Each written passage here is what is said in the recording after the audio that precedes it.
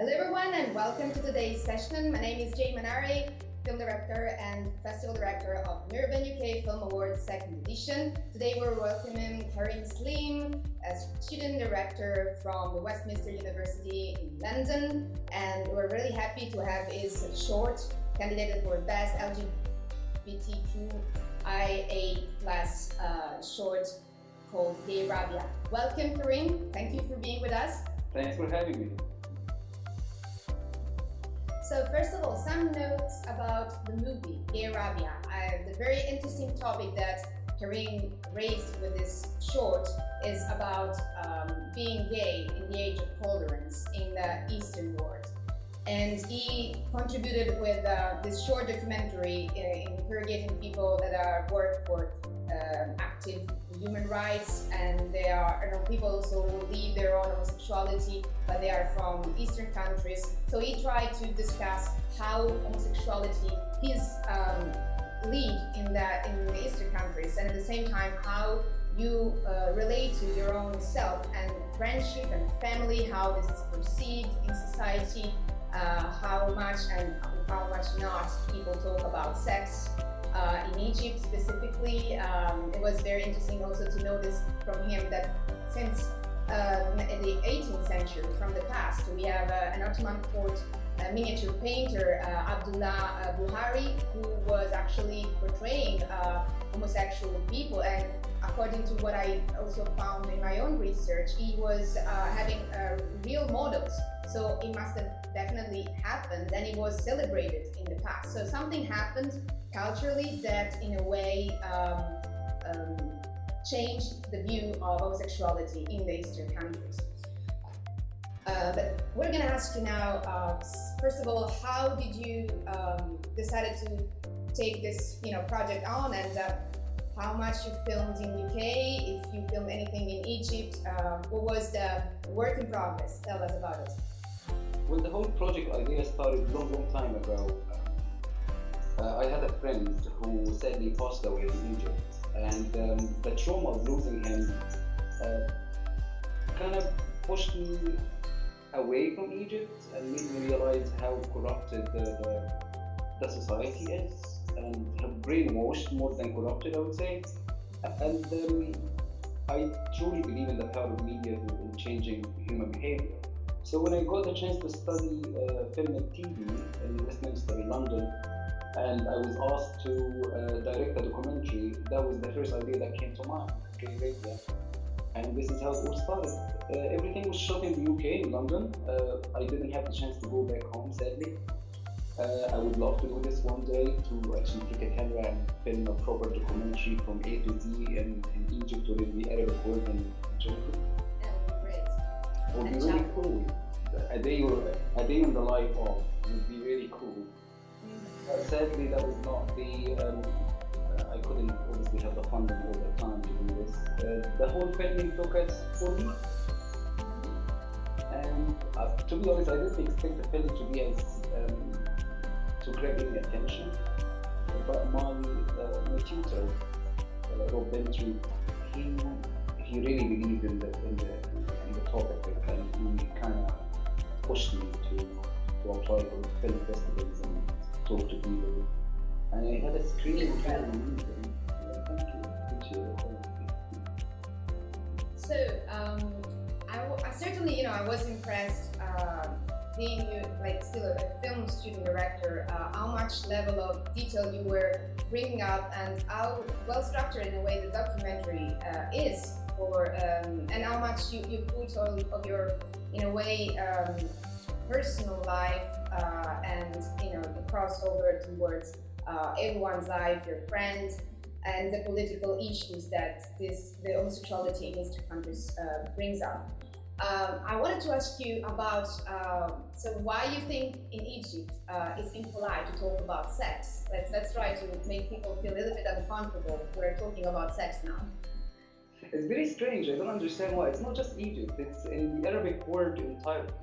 People refuse to talk about sex or sexual things. Not scientifically, not joking about it, nothing at all that involves sex. I think it's considered impolite to talk about sexual stuff in the Middle East. I'm not quite sure. Like growing up, I never had the courage to go talk to my dad or my mom about sexual things. Even asking questions about how babies are made and stuff like that. This is considered like no, we don't talk about these things. Right. You learn out of your own experience, basically. Funny story. I was 18 years old. 18. When I first realized how women give birth, where the babies actually come out from. Okay. I was 18. Oh god, that's definitely too late. But yeah. So actually, one other thing that struck me when I was watching the documentary is the patriarchal society. That this is something that I think we share with the Western countries as well. And one point that I want to raise is that it's not only in the documentary said at a certain point, God help feminine men and God help masculine women. I felt this is an issue that we also experience in the Western countries, and sometimes, sadly, I believe that not everyone in the LGBT world, but some part of the LGBT world are corrupted from the heteronormative way of reading our gender, to the point that I personally experienced gay and lesbian people being discriminatory towards people who are a bit like we have a masculine woman or a feminine man. Even within the LGBT community, there are this kind of issues. So I think in a way, do you think in a way this is something that is influenced by the heteronormative, and how do you think we could try to work this out? Because it's it's a huge issue, both Eastern and Western countries. To be honest, it comes down to the human nature. We are as human, we always find a reason to categorize ourselves and to find something that makes us very special or makes us more superior than others. And we can witness this throughout history. Back in the days, it was white people looked down at black people, and then men looked down at women, and then someone looked down at gays, and they said this is not normal, and I'm better and superior because I'm straight. And then that goes into the gay community as well. Like the gay guys will be like, oh, this is a feminine guy, or this is a masculine lesbian. So they kind of look down at them because they don't fit into the norm. Right. If we was to say, is there a way to fix this? I think we are on the right track to fix things. The people are more receptive to change nowadays. You get a lot of media nowadays. They portray feminine gay guys as heroes, or lesbian characters are not criminals anymore. They are actually looked up towards. So things are changing slowly. It takes time. It takes a little bit of time, but I'm positive we're on the right track. Yes, I was actually thinking, also through cinema history. I remember, when I was myself a teenager, there has been a time where all homosexual people were either being killed or dying because they committed suicide. And this, I think, was also, we could blame it a little bit on the way the society was categorizing homosexuality as a mental illness, homosexuality and transsexuality, and all, the related, identities. So this was actually creating a stigma that later on, it was, they were kind of late, 1987, to remove homosexuality from the mental illnesses, the BMI, and also later on, even later than later, like in 2018, they removed transsexuality. But how many people suffered out of this mistake, out of this, in a way, human artifact, the way they were portraying gender and how they consider it like a problem? Because another issue that I think is raised nowadays, and let me know also your thoughts about it, when especially a trans person shares his or her, depending on how they identify, their gender, and they go through the cures, the hormones, and they, go into the psychiatric side, they are sometimes forced to take it as a disturbance, no more as a disease. They try to change the word, but still we are working in a circle of mental problem. So that's, I think, it's something we should, push in terms of creating attention towards this topic, and no more identifying gender as an issue for anyone. To be honest, my body, and I'm free to do whatever I want to do with it. Other people shouldn't have any issue with it. Everyone should mind their own business. It's my body. The only thing that I have full responsibility on, and I'm free to do whatever. I want to wear a dress today, I could wear a dress today. I like this whole social norms, and it's man-made. I don't know how, why people believe in it so much. I get really passionate about talking about this. That's why I'm listening. Yeah, no, absolutely. Because there is this contrast between, the Western countries, we are overwhelmed by any kind of, provocation. So obviously, LGBT are being welcomed to this, era of let's show off. It's okay.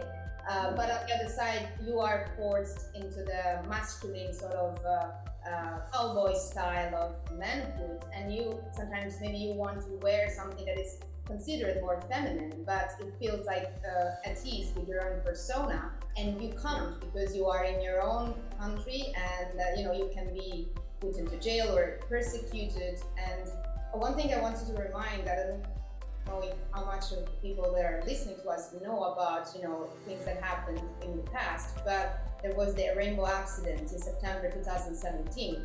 The people that were waving the LGBT flags during a concert, they were practically later, their names were made public, and the government was implying that they had to be persecuted, and people who were supporting them, they had to push them basically away. And one of the girls that did that act, waving the flag, she actually, after a few years of escaping, she went to Canada and she committed suicide. So and there is also that statement from the president, the former Iranian president, that said that there are no gays in the Eastern world. We have to point out that this is absolutely not true, and these people are pushing people to terminate themselves when they don't, force. They don't actually jail them and torture them. So this is another form of torture. It's a psychological torture. It's even worse. It's like the Shoah during the Nazi time. Yeah, very true. That's the point of Gayrabia, by the way, because I remember the speech of the Iranian president when he went to Columbia University in New York City in 2007, and he said, there are no gay people in the Middle East. There are no gay people in Iran. It's a Western phenomenon. It's so naive. And I don't think naive maybe is the wrong word. It's fabrication, political fabrication. He just said that because if you don't exist, you cannot claim rights. So Gayrabia comes to tell him and tell people in the Middle East, no, there are gay people in the Middle East. We are here. We deserve to be heard. That's the first thing. One of the things that I always get from people watching Gayrabia is they ask me, why do you get white men giving their opinion about gay issues in the Middle East?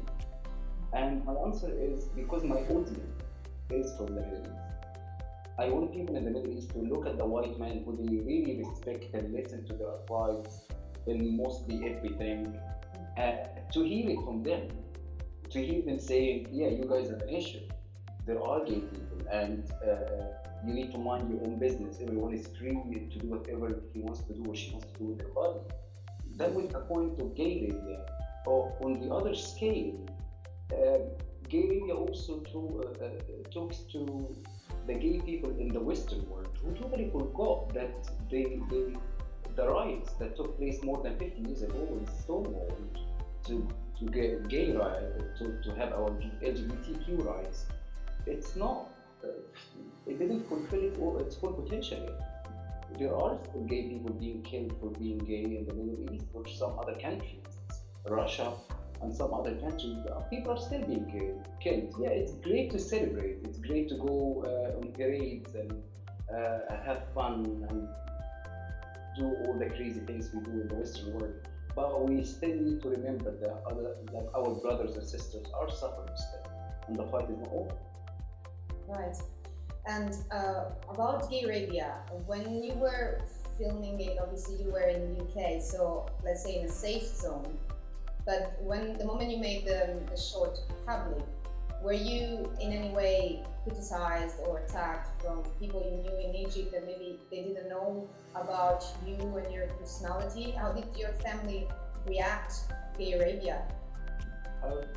I'm lucky that because I'm a member of the LGBTQ community, so I decided to come out to my family a long time ago, and it was the right decision to me. Obviously, something that a lot of people look at me and they're like, "Oh, Arabic guy out with his family, it's quite severe." The reason why I came out, that's like a side story. I have a friend of mine who one day comes to my house and he tells me that his mom passed away. He's also from Egypt. And he didn't look sad the slightest, like if your mom passes away, like, it's kind of big. And then I told him, like, are you okay? He's like, yes. And then he said something I'll never forget. He said, because he was hiding his sexuality, he was living this double life. And then I told him, why you're not sad? And he's like, because she didn't know me. It's like she loved the image, she loved the mask. And after that day, I just came out to my family, and I was hoping, I was like, I'm gonna come out to know if they love me because they love me unconditionally, or they love me because I'm the good boy who does whatever they want to do. Right. Yeah, that's actually, it's very not only sad to hear, but in a way, it leaves you a sense of void inside, thinking that you're not crying out for your mother's death because in a way she was you didn't experience her fully as a mother, because a mother she would love you no matter what you are, what you decide to do in your life, like, as long as it's honest and you are acting not against any other human and any other living being, really. So it's absolutely astonishing, how much cultural issues then they penetrate in the daily life of each one of us. And to be honest, thinking also in the corruption that I was mentioning before of the heteronormativity in a way pervading the LGBT community, I also feel that there are certain gay men or lesbian women who decide to keep the portrait of the heterosexual, and not because they like it really, but because they think the other thing is a shame, the other thing is something to make fun of. It's so-called ridiculous, and it can be in one day of gay pride and then let's go back to normal because cross-dressers are ridiculous, and that's something that we have to point out also to the people in the LGBT community, that there are not only masculine gay men, there are also female gay people, and they deserve the same amount of respect that we give to the masculine male,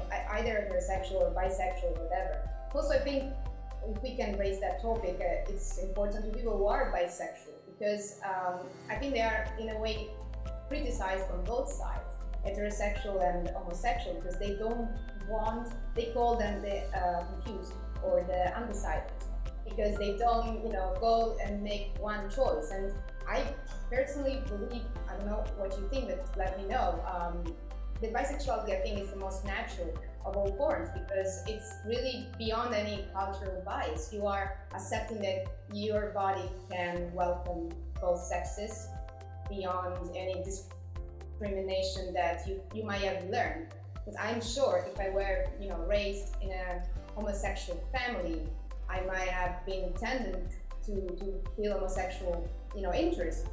But as being raised in a heterosexual family, this doesn't prevent me to feel attraction towards a woman.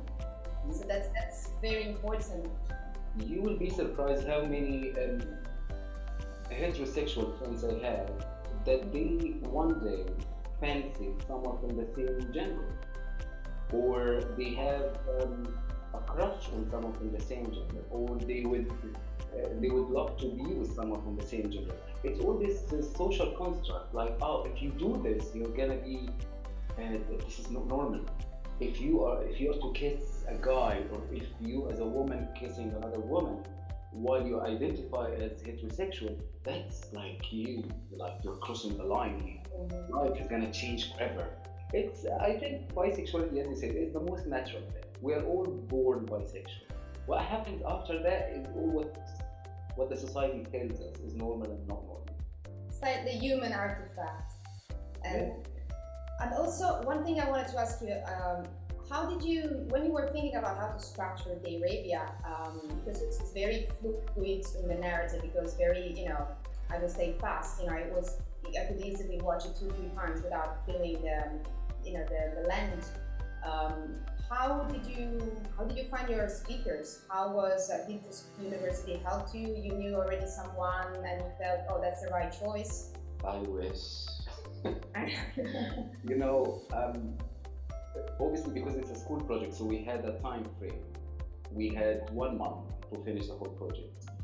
That's 4 weeks. And the school doesn't provide you with anything except equipment. So I had the equipment, but I didn't have anything. I had a story in my mind, and almost every person I texted or talked to, asked them to be in my movie, to speak to the camera. They refused. Even those ones who are out to the family, they said, I am out to my family, but I don't want to out my family to the world, because like they would be living here, but their family are still in, let's say, in Saudi Arabia or in Iraq or something like that, and they don't want to come on TV and tell the world, yeah, we are the sons of this family, and then the family will have to live in shame in whatever land they live on.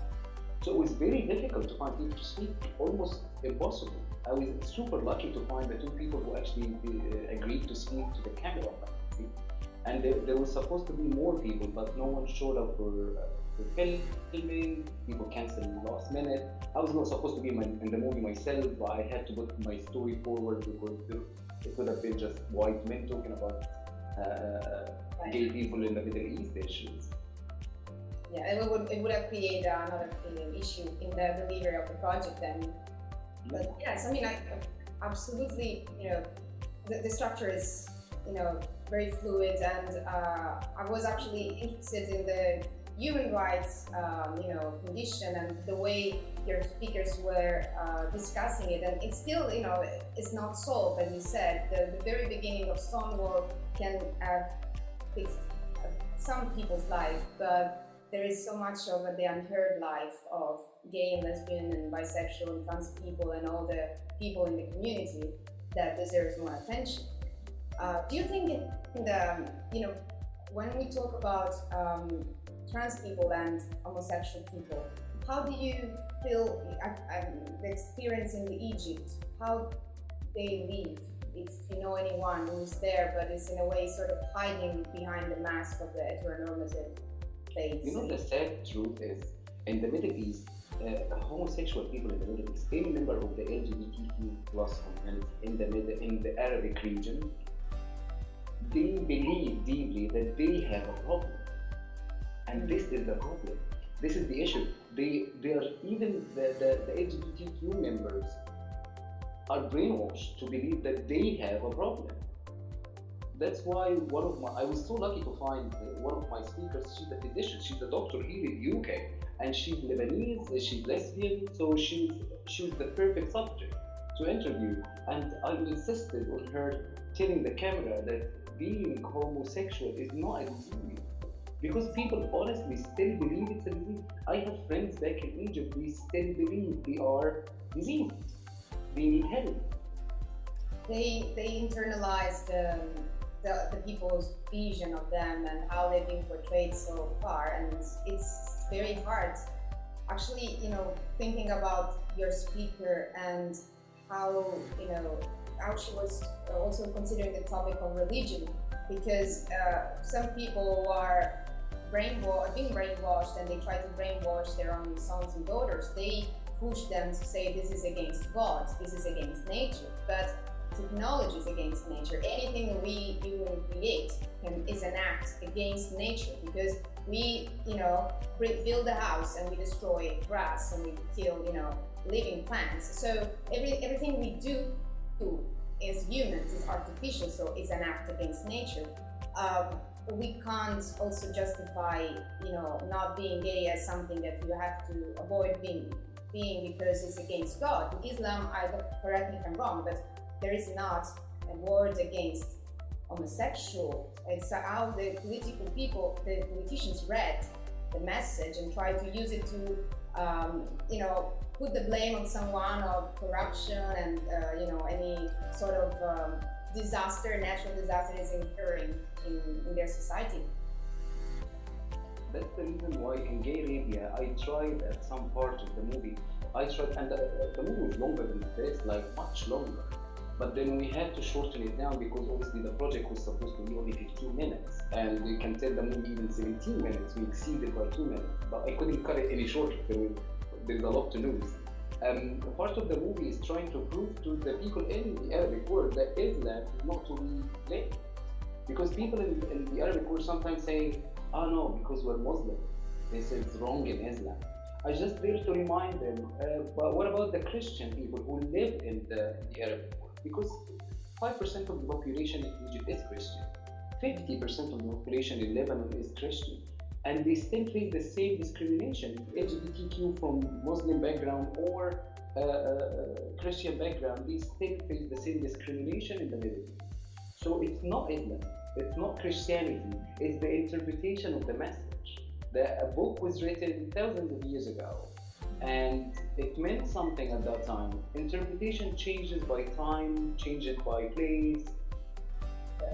We need to reread the text, we need to interpret it again and see what it actually means. Yes, there are texts in Christianity, in Islam, in Quran that maybe touch down on homosexuality, but what's the real interpretation? We don't know. We don't know. Someone has to interpret it according to the time and place. We are in 2020. I cannot rely on a book that was written thousands of years ago, and interpret it according to what was written thousands of years ago. It's not how things work.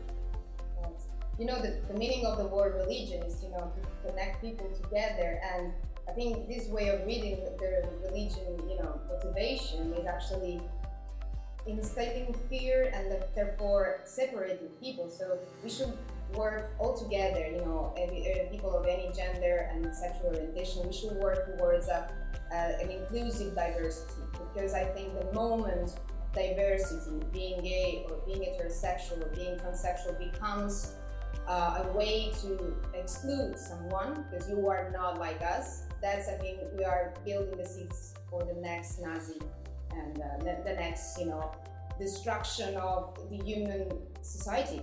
So we all have to work towards an inclusive diversity. I hope one day we'll achieve this. I hope so. I mean, I'm not defending the Western world. The Western world still has a lot of work to do. Oh, yes. But they're being on a better ground than the Eastern world. We just need the Eastern world to catch up a little bit, to be a little open and to start questioning the norm before looking at the West and say, these people are so advanced. Let's, maybe adopt some of their methods in everything, not just in one thing yes and one thing no. Like the movie says, they can choose. They follow every advice America or the UK or Europe give. But when it comes to the homosexuality, when the UK said homosexuality is not a disease, they were like, no, we can believe anything the UK says except this one. Yes. Do you think you will ever have the chance to, I know it's a challenge, but do you think you can go and set up a screening of your film in your own country when you go back, try to show it? My hopes is for Gayrabia to make it to a platform that can reach as many people as possible. And if the movie, I talk to my friends about this all the time, my hopes in the future is one day Egypt will claim me back. Like if, let's say, if I make a movie and the movie is very successful, like any country in the world, uh, the country will be like, oh, this famous director or this successful doctor or this whoever is from our country. He belongs to us. And that's when I want to come back to my country and tell them, listen, the reason I left is because you guys didn't accept me.